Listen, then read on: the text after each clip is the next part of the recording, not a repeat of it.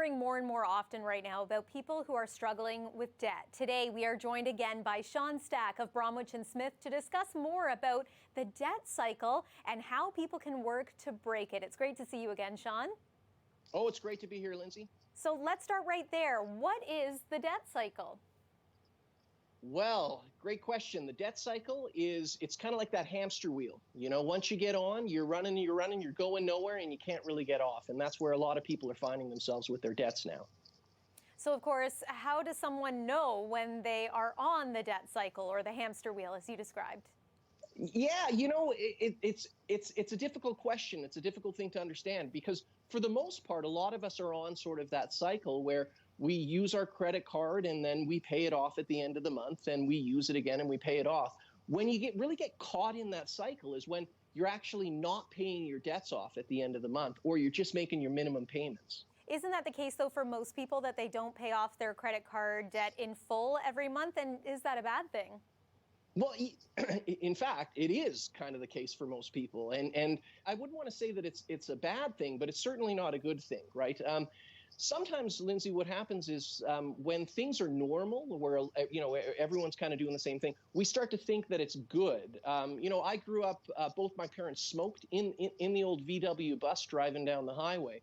And the reality is, notwithstanding that everyone was doing that, it wasn't healthy. So when we carry debts on our credit cards at the end of the month, it's just not healthy.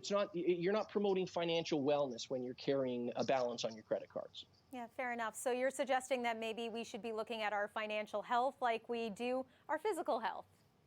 Yeah, absolutely. It's just like our physical health. It's something that we actually have to be sort of conscious of with our financial health as well, because if we're not, it slowly degrades and degrades and degrades, and it gets to this point where we actually are unable to gain health again, and we actually have to go see a professional like Bromwich+Smith in the community. So, Shawn, does that mean that when people are only making the minimum payments that they are in fact caught in the debt cycle?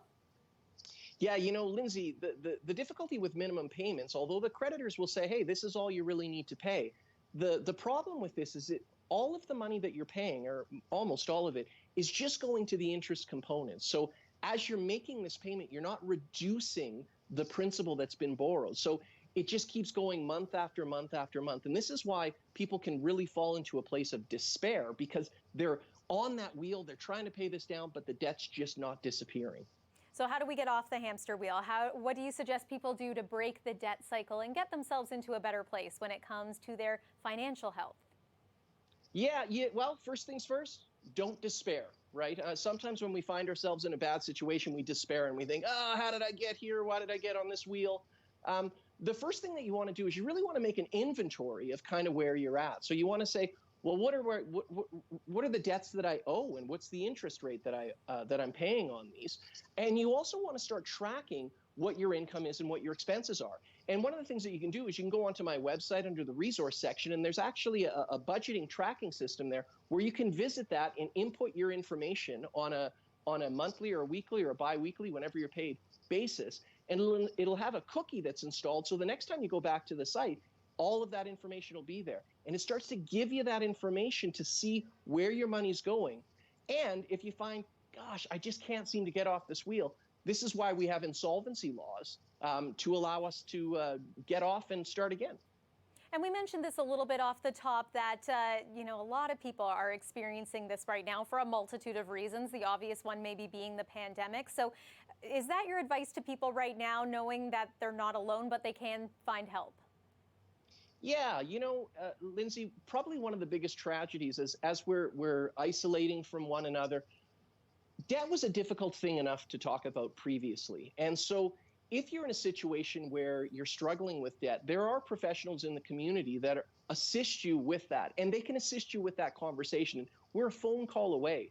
Keep your eye on the prize. Keep your eye on the future. Things are getting better, my friends. Things are getting better, and sometimes we need a helping hand. Well, we always feel better when we talk to you. Shawn Stack of Bromwich+Smith, thank you for another great conversation. Thank you, my friend.